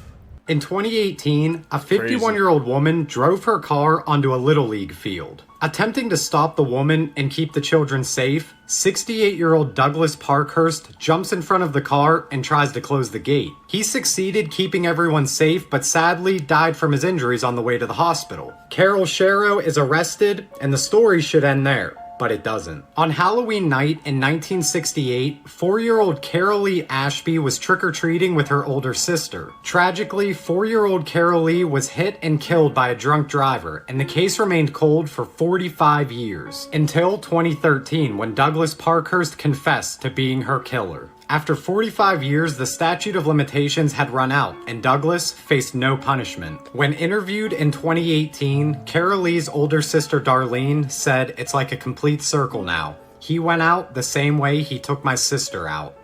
Terrible crimes that were solved by pure coincidence. On April 28, 1997, Zephany Nurse was born, and she was placed in a nearby crib while her mother Celeste slept, but when Celeste awoke, her daughter was missing. Police searched the hospital, but nothing of note was found. In fact, no progress was made in the case for nearly 2 decades. However, when Celeste's next oldest daughter Cassidy started classes at a new school in 2014, she met Mache Solomon. The girls quickly struck up a close friendship, and many people commented on the resemblance to one another. So much so that when Cassidy introduced Mache to her mom Celeste, she instantly contacted the police. When Mache's alleged parents couldn't provide proof of her birth, a DNA test was conducted and it was confirmed that Mache was actually Zephany Nurse, Celeste's missing daughter. The kidnapper LaVonna Solomon was later convicted in the abduction case and sentenced to 10 years in prison. You know how the things have to line up for you to go to school, I guess with your mom or sister? That's just the universe at play right there, man. Unfolding in front of our eyes. This case's twist will shock you. On the evening of 2014, Sarah Sands had downed 2 bottles of wine, put on a hoodie, and left her apartment carrying a knife. She then walked to a 77-year-old man's house named Michael Plested and took his life. She then walked back to her house and gave herself up to the police. But why did she do it? Turns out that man's name wasn't Michael Plested. He had legally changed it through a secret loophole in the law, which allows you to do so when applying for a new passport, because he was actually on the SO list for messing with children. And it turns out he had lured her 3 sons into his apartment, 12-year-old Bradley and the 11-year-old twins Alfie and Reese, and essayed them. In court, Sarah claimed that she will never be able to take the nightmares that happen to her boys away from them when they're screaming at night. She got 7.5 years, and now that she's out, she fights the law, campaigning to stop other offenders from changing their name through that same loophole. Did you see the secret question I hid in this video? A family in New Zealand found human remains inside of a storage locker they won through an auction. It's typical for storage units to be put up for auction if they have been unclaimed and unused for many, many, many years. This New Zealand family won a specific storage locker and they were emptying it out, found some suitcases. Upon realizing that the suitcases smelled terrible, they opened them up and found decomposing bodies. These bodies were later identified to be 2 children, one 5 years old and the other about 10 years old. While we don't know how long they were in the storage locker, it does seem like they had been there for a good amount of time. The only lead right now is police think that the children's mother is living in South Korea and she arrived there in 2018. Other than that, we don't really know much about this case yet. Remember when Terrifier 2 made people pass out and throw up in theaters? Well, get ready because Terrifier 3 was just officially confirmed and it's going to be even bloodier. I have no idea how they're going to top the bedroom scene, but I'm excited to find out. Allegedly, the actors for Art the Clown and Sienna are both returning, so I feel like this means Terrifier 3 will be continuing the story from right after Terrifier 2. One of the producers said they'll have a bigger budget intended on giving filmmakers more creative freedom and let them be as wild as they can be. And all jokes aside, we're going for that Oscar this year. Can you imagine if Terrifier 3 wins an Oscar? I'll be updating you guys with anything I find out, so follow for more. You know that ain't happening.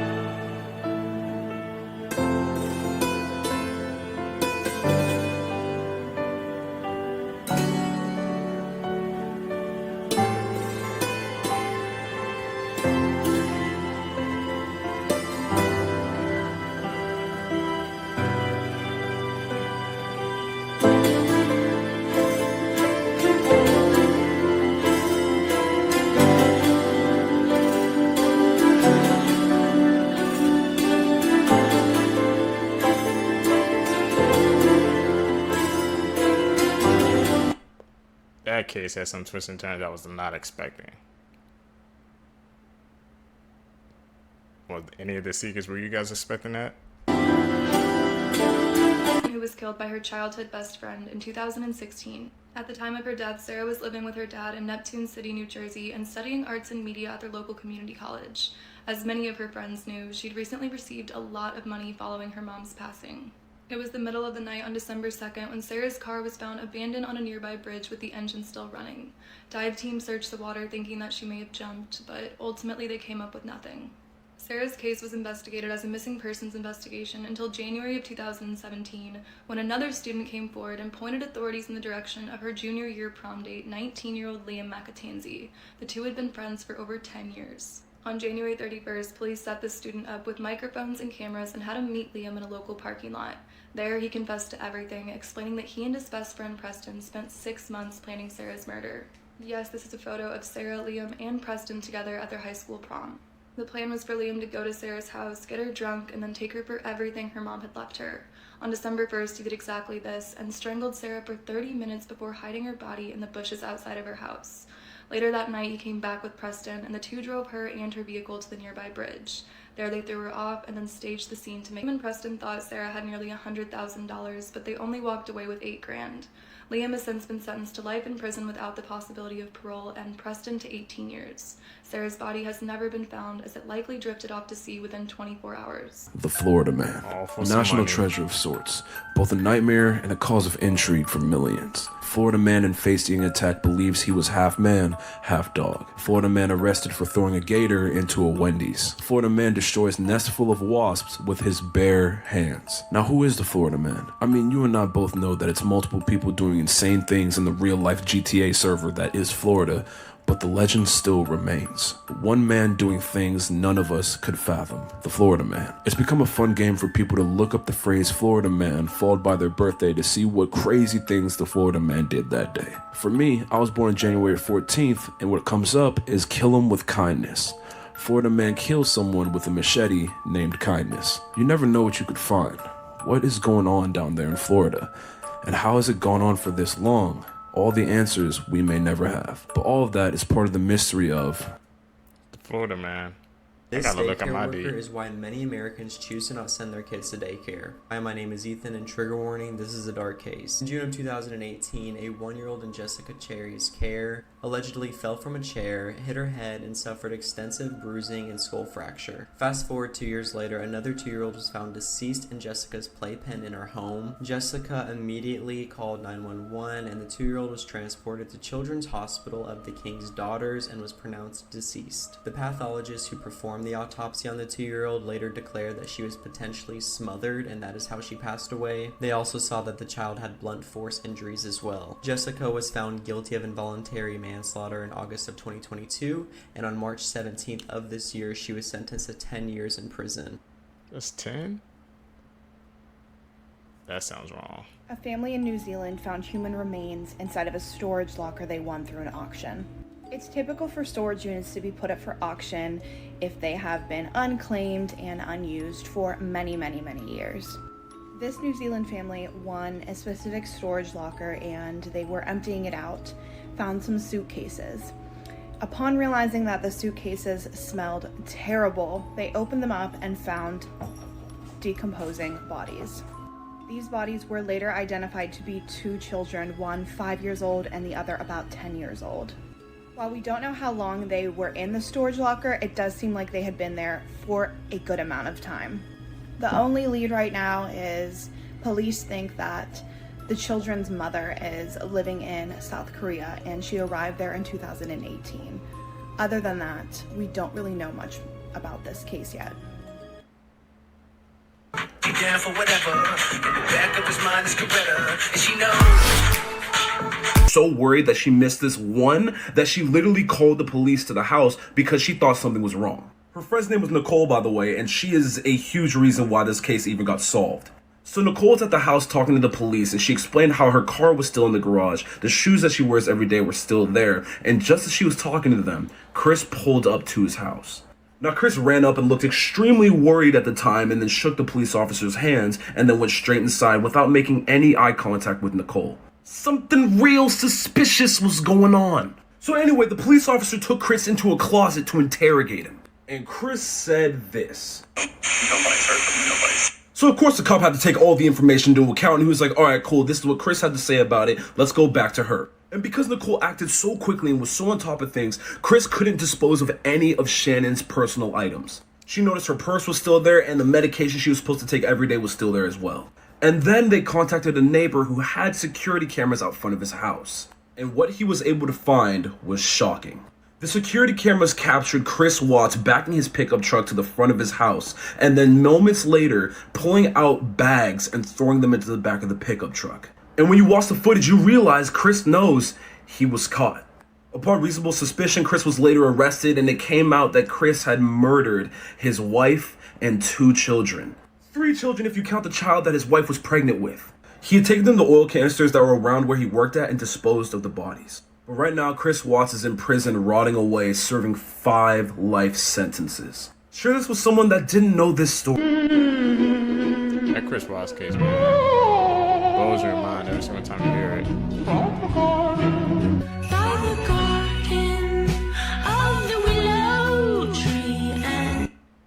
He ate him? Where was he at?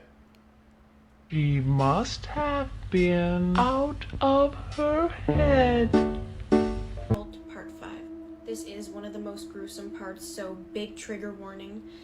Even if you can handle these type of topics, you might be very, very disturbed. Hi, I'm Julie and I talk about true crime, dark history, and all things spooky, so if you like that, please follow me. So after the freezing baby incident, the authorities came and raided the place again in 1985 and took away all 14 children, thank God.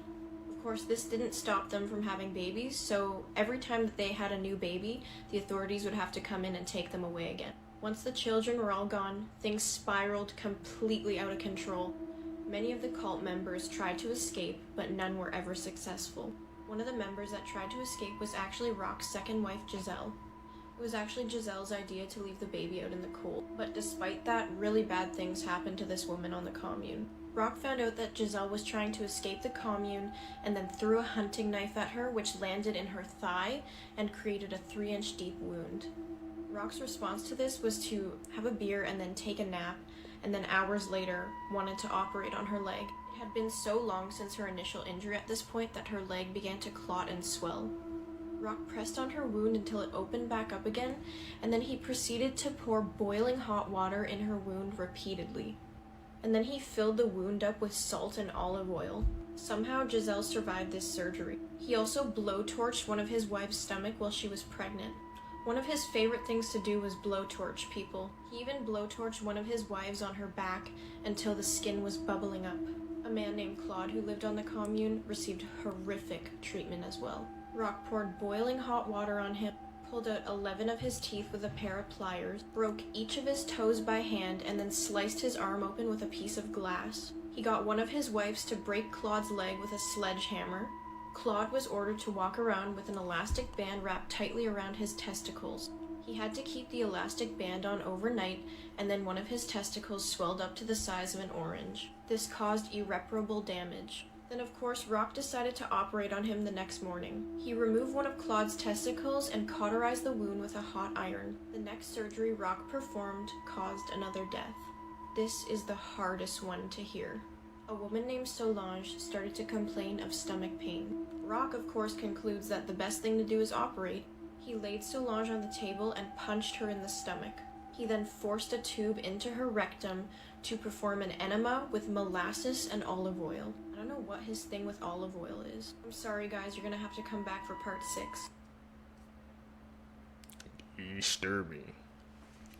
So now a neighbor in the brick building next door is stating that he got home at 1:30 and at 4 a.m. he heard a scream coming from the house where the 4 were slain in the Idaho murders. He thought that they were throwing a party, but now he realizes it probably was a scream for help. He didn't think anything of the scream and went back to sleep, but he did notice that a black SUV that he didn't recognize was parked in their driveway. I find it interesting that a whole building down the street heard a scream at the exact time that the murders were supposed to occur, but the roommates inside of the house said they heard nothing. What do you think? Do you think that's true? Do you think that they heard nothing? Do you think that it's interesting that a man down the street heard screams, but they didn't? Comment, let me know. Somebody capping somebody online. What is the scariest thing that could happen while camping? Well, this one guy who was camping in Florida had a horrifying encounter. And before we get into it, I have a podcast episode of 2 of the scariest camping stories I've ever heard if you're interested. So years ago, a guy and his friend were camping in Florida when they came upon this old man's campground. It was in disarray, so they kind of got a bad feeling from it and they turned to leave. But then the guy comes out of the campsite and is like, oh, hey, he wants to talk to them. He starts engaging them. He's giving them suggestions of where to go in the woods, but he's telling them where to go in steps, not in miles or yards. So he's like, oh, the waterfall is the 300 steps from here. And one of the guys thinks that's weird because that's really not common in the area to describe where to go. A few months pass and they basically just forget about this interaction, but one day, one of the guys calls the other guy and is like, dude, you have to turn on the TV right now. And all over the news are pictures of this guy, the guy they saw, Gary Michael Hilton, who is a serial killer who preyed upon young women in national parks, kidnapping them and taking their lives. Some of the places he told the boys to go look at were places he had hid bodies. Both men were contacted by law enforcement and ended up giving... Story keeps me up at night, and it's a real one. Okay. So in the early 90s, a woman named Jerry went to a psychotherapist named John Mack because she was having recurring nightmares of UFOs. Then one night, her 2-year-old son started screaming in terror in his room. She ran in to check on him, and he claimed that owl monsters were touching his legs. And when she asked where the owl monsters were now, he claimed that they were in a boat in the sky. So Jerry starts thinking that maybe her family is being visited by aliens. She kind of brushed it off at first, but then one night her daughter has this experience. She was practicing reading for school and she had to time herself in 10-minute intervals and see how far she could read. So she's timing herself for 10 minutes, marking how far she read. Timing herself for 10 minutes, marking. Timing herself for 10 minutes, and then she looks up and an hour has gone by. There's 50 minutes of time she can't account for, which apparently is kind of common in people who have been visited by aliens. I talk more about this story and other alien encounters on my podcast this week. And we hear a story from someone whose grandfather was visited by aliens in the 60s. You believe in aliens? Is it legit? Whatever you do not feel sorry for this woman. This woman's name is Yoselin Ortega, and she was a nanny. She had been working for her current employer for 2 years, and she was not very happy. So she planned something that most of us can't even imagine. She was babysitting these 2 kids aged 2 and 6, and because she was so angry at their mother, she ended both their lives. And after she did, she put both their lifeless bodies into a bathtub and waited for the mother to come back home. And of course, when she did, the mother was absolutely floored and shocked as to what had happened. The nanny tried to kill herself by stabbing herself in the neck. You can actually see the wound right there, but she survived her injuries. During court, she said the reason she did what she did is because she wanted to see the mother's reaction to her slain kids. The mother, Marina Krim, had very little to say on that day because obviously she was so upset, and the nanny was sentenced to life in prison without the possibility of parole. It's a dark case, man. People have to be better. Since we're all talking about the World Cup, let's talk about how this soccer player was murdered after he lost the game. On June 22nd, 1994, Andres Escobar, who was the captain of Colombia's soccer team, was playing against the US and scored in his own net during the World Cup. Colombia ended up losing the game 2-1 and was eliminated. 10 days later, Andres was confronted by a group of men outside a club in the city of Medellin. These men began harassing Andres and making fun of him for shooting in his own net, and even though he tried to reason with them, they shot him 6 times. The next day, police arrested Humberto Castro Munoz, who was associated with powerful criminals and drug traffickers. It's been said that the criminals that Humberto was working with were betting a lot of money on Colombia to win, and when they lost because of Andres' mistake, then they ordered Humberto to murder him. Humberto was sentenced to 43 years in prison, but only served 11 years before being released for good behavior. More than 120,000 people attended Andres' funeral, and Colombia created a statue of him in 2002. That's actually insane, man. People get mad because they betting on sports and the outcome is not what they thought it would be, so they take it out on the player. I've seen that a couple of times with like NBA players, man. They would be going back and forth with people in the stands. They be like, I'm betting money on you, man. You better make the shot. Like, how are they supposed to know? You can't blame the player, man. Money's involved. People do crazy things, as we've seen here. Born addicted to crack cocaine, little Elisa Izquierdo didn't stand a chance with a mother like hers. Elisa was born in 1989 in Brooklyn, New York, to parents Awilda Lopez and Gustavo Izquierdo. Throughout her pregnancy with Elisa, Awilda was abusing crack cocaine, meaning when Elisa was born, she actually had to be weaned off the drugs as she was addicted. Gustavo ended his relationship with Awilda when he realized what she was doing, and he vowed to get custody of Elisa.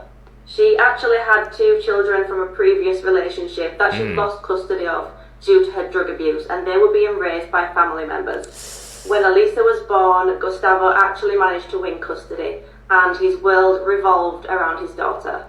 He started taking parenting classes, and he enrolled Elisa in a preschool in 1990.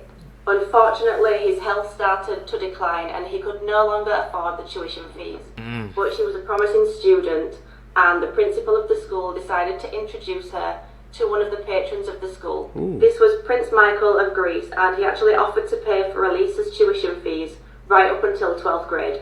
During her first year of preschool, it came to Gustavo's attention that Awilda had actually beaten her addiction, secured permanent accommodation, got married and become pregnant with her 4th child.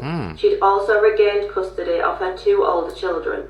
When Elisa was just 2, Awilda applied for visitation rights, and she won, meaning that Elisa would go and stay with her unsupervised every other weekend. Shortly after these visits started, Gustavo and also teachers at Elisa's school started to notice bruises. She also began bedwetting and started having regular nightmares. She also told her father at one point that her mother had beaten her and locked her in a closet. Gustavo tried to get Awilda's visitation rights revoked, but it was denied, saying that as long as she didn't beat her daughter, the visitation could continue. In 1993, Gustavo decided to come up with a plan to get Elisa away from her mother permanently. He was from Cuba and still had family there, so he decided to buy tickets for him and Elisa and take her where her mother couldn't hurt her anymore. The tickets were booked for May 26, 1994, but shortly before that, Gustavo started to experience breathing difficulties. He was admitted to hospital and diagnosed with lung cancer. He then sadly died on the exact day he planned to take Elisa to Cuba. On hearing about Gustavo's death, Awilda decided to apply for full custody of her daughter. Due to the previous abuse of Elisa, there were multiple objections to the court from Gustavo's family and also Prince Michael of Greece. Despite that, Awilda was awarded full custody of Elisa. They was fighting, man, and look what happened. Info drop. It's another rainy day in the South. Go out and be someone's sunshine today. This woman is a prime example of how easily you can deceive people on your social media. Okay. This is Farron Jill Hudson, 35 years old, from Alabama. And the story starts in 2021 when her husband was arrested on 5 counts of possessing obscene material with a child under the age of 17.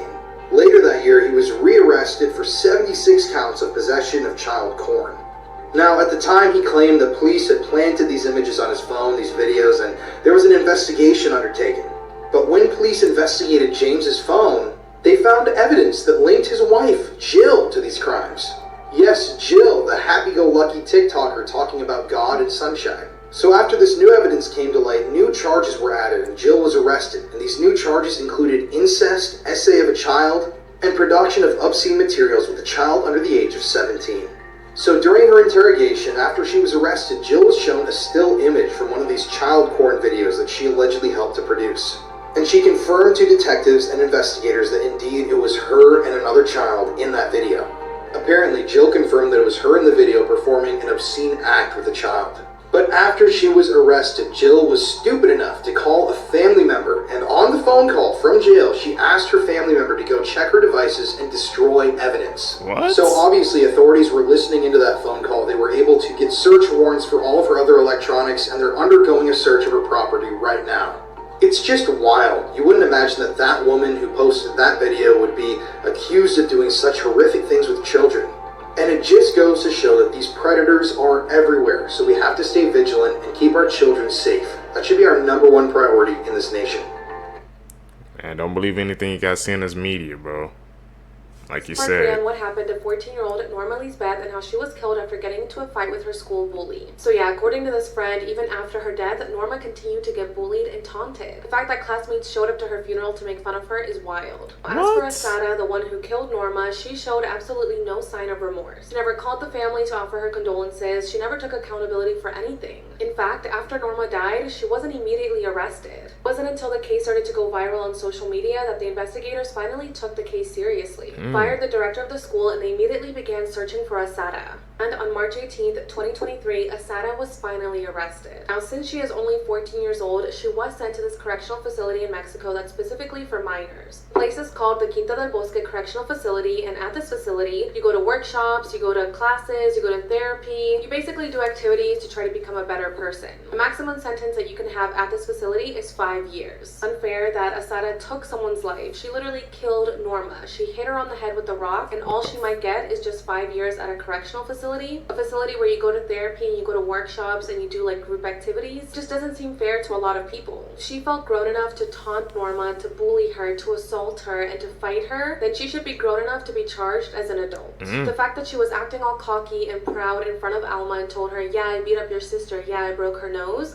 just shows the kind of person that Asada truly is. She showed absolutely no remorse, and the family feels that this is not justice. The family is happy that the director of the school was fired, but they also feel like the professors and the other classmates need to face some consequences. The professors knew about the bullying, but they didn't do anything to protect Norma. Family also feels like all the classmates that stood there and watched this happen should be held accountable. They should either get suspended or be expelled from school because they took part in the bullying. It's so heartbreaking that Norma tried to get help, but she didn't receive it. It's really sad that the last few months of her life she was filled with so much sadness, with so much heartbreak, and with so much disappointment. She did not deserve this, and we need to do better. Something needs to change, and I hope that everyone that needs to be held accountable for Norma's death is held accountable. My thoughts and prayers go out to her family. I am so sorry that this happened to her, and it's just so heartbreaking because she was just a couple of weeks away from her 15th birthday. Her birthday is on April 25th, and she was so excited to be turning 15 years old. It's just so unfortunate that she never got to make it and that her life was taken from her. Hope that Norma truly gets justice. These kids be too young doing things like this. It doesn't even make sense anymore. Teenagers' reaction to getting a life sentence. That there is only one appropriate sentence in this case. Mr. Fucci, if you and your attorneys would please rise. Counsel, is there any legal reason why this court cannot impose sentence at this time?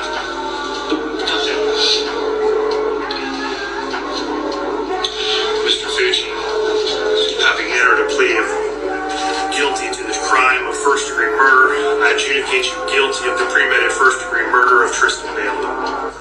I sentence you to life in prison. Because of your age, you are eligible for review of the sentence in 25 years. He didn't even care. He just had a straight face.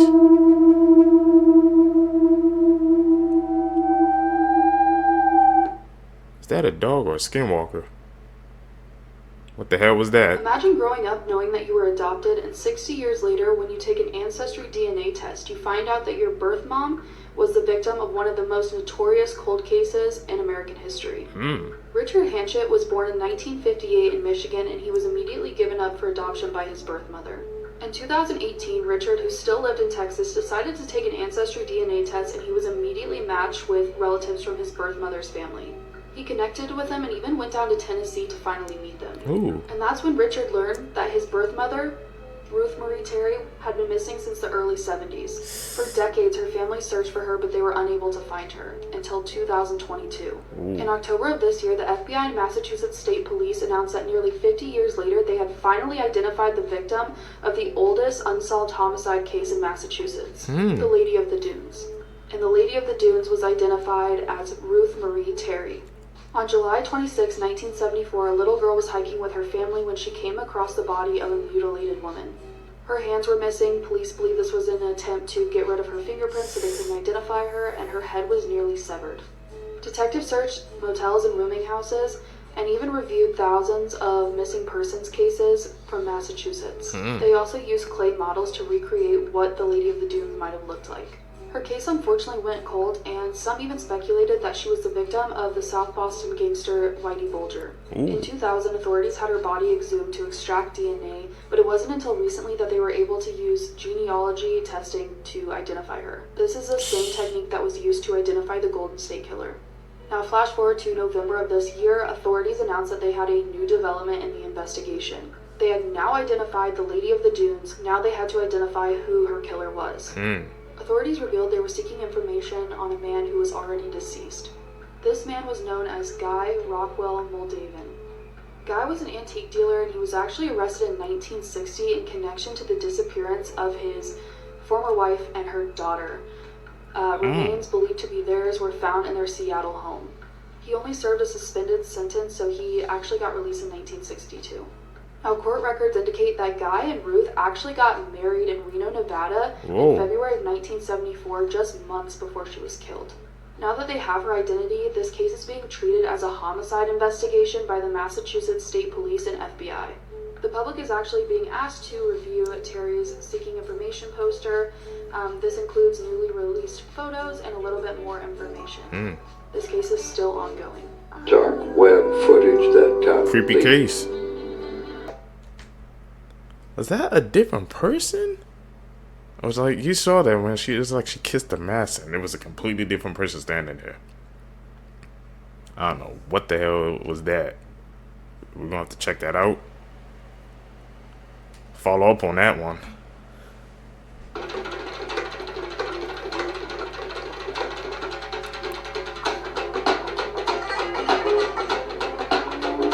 What the hell is that?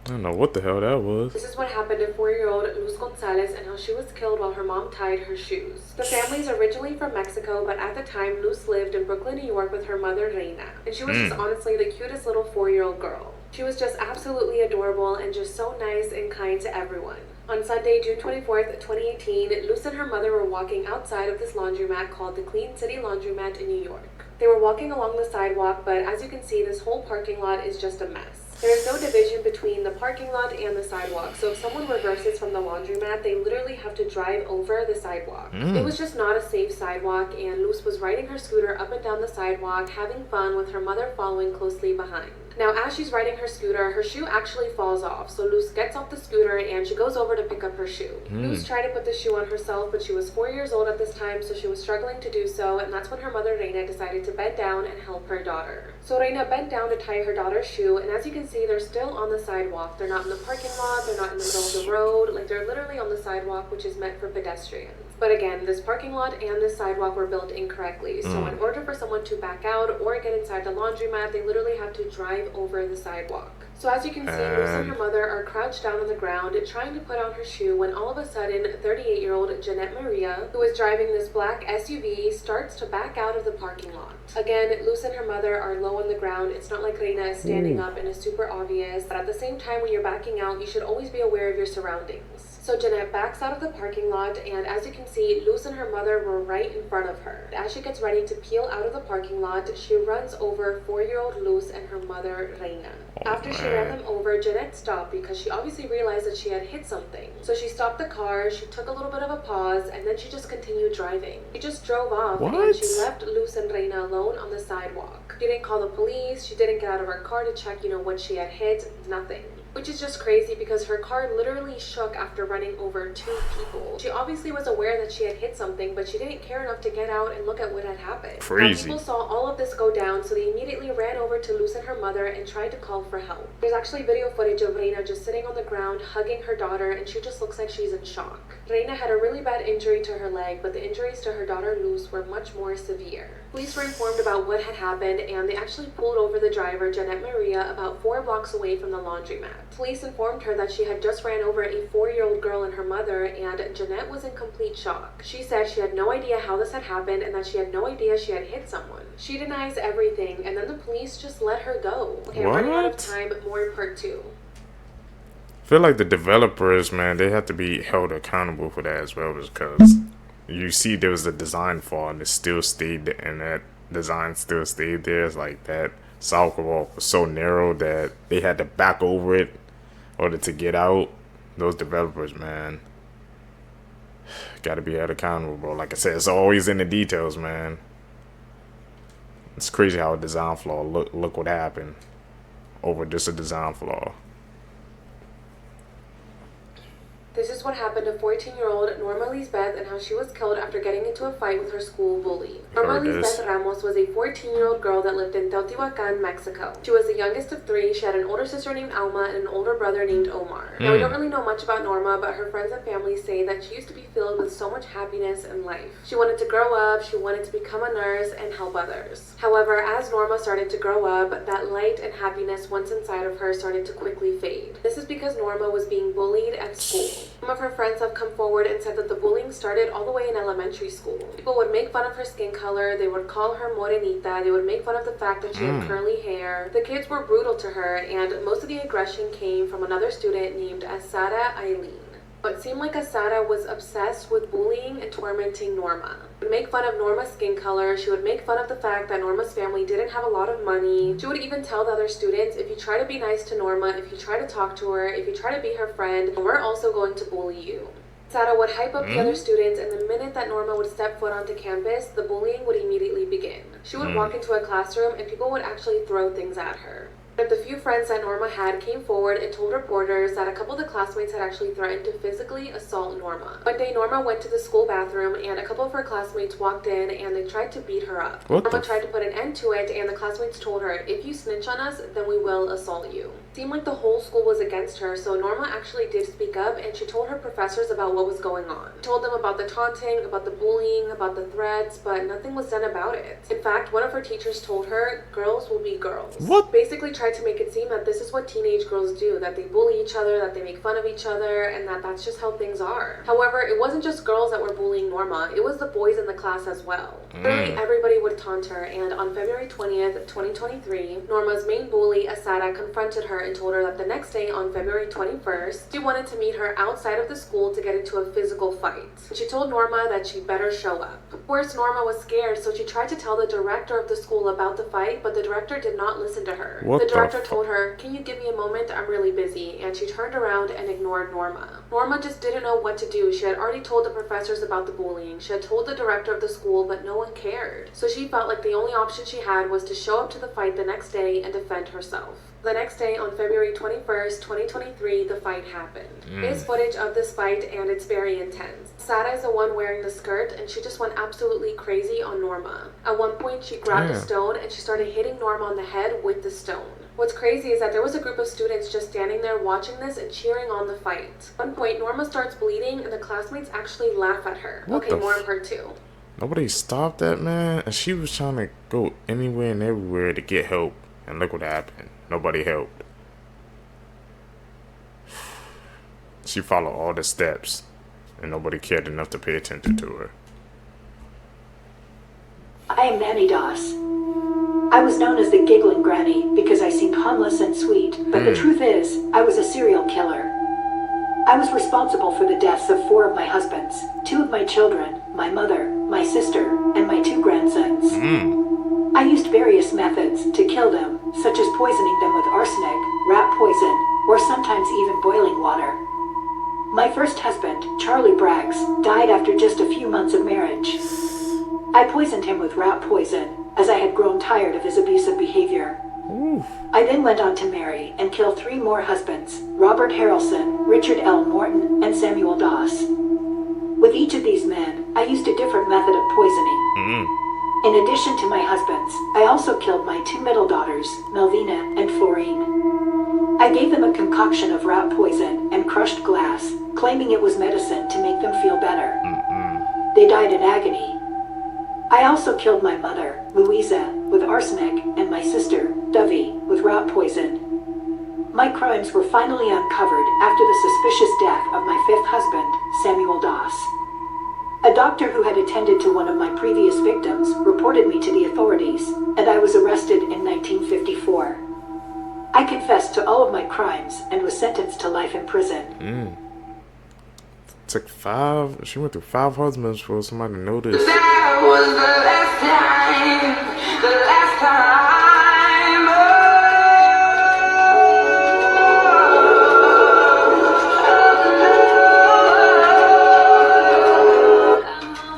Y'all know the story of Princess Diana. It's crazy.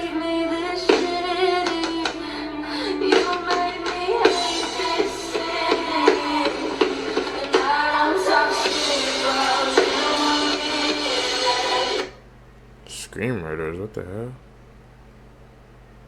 You saw how they broke it down case by case. Man, these cases are exposing our reality, man. Or these TikToks, not cases. Insane. Seekers, if you guys stay with me to the end of the video, you're a true seeker seeking the truth. I greatly appreciate the support, man. Like I said, guys, make sure you guys subscribe, hit that post notification, man, hit the like button, man, so we can grow our community and we can connect with other people, man. That's the main goal, what we're trying to do here. Like I said, guys, we reacting every day, man, doing daily uploads, so hopefully you guys appreciate the effort I'm trying to put in for you guys. Haven't missed a day yet, don't plan to. You guys can catch you in the next one, man. I'm out. Peace, YouTube.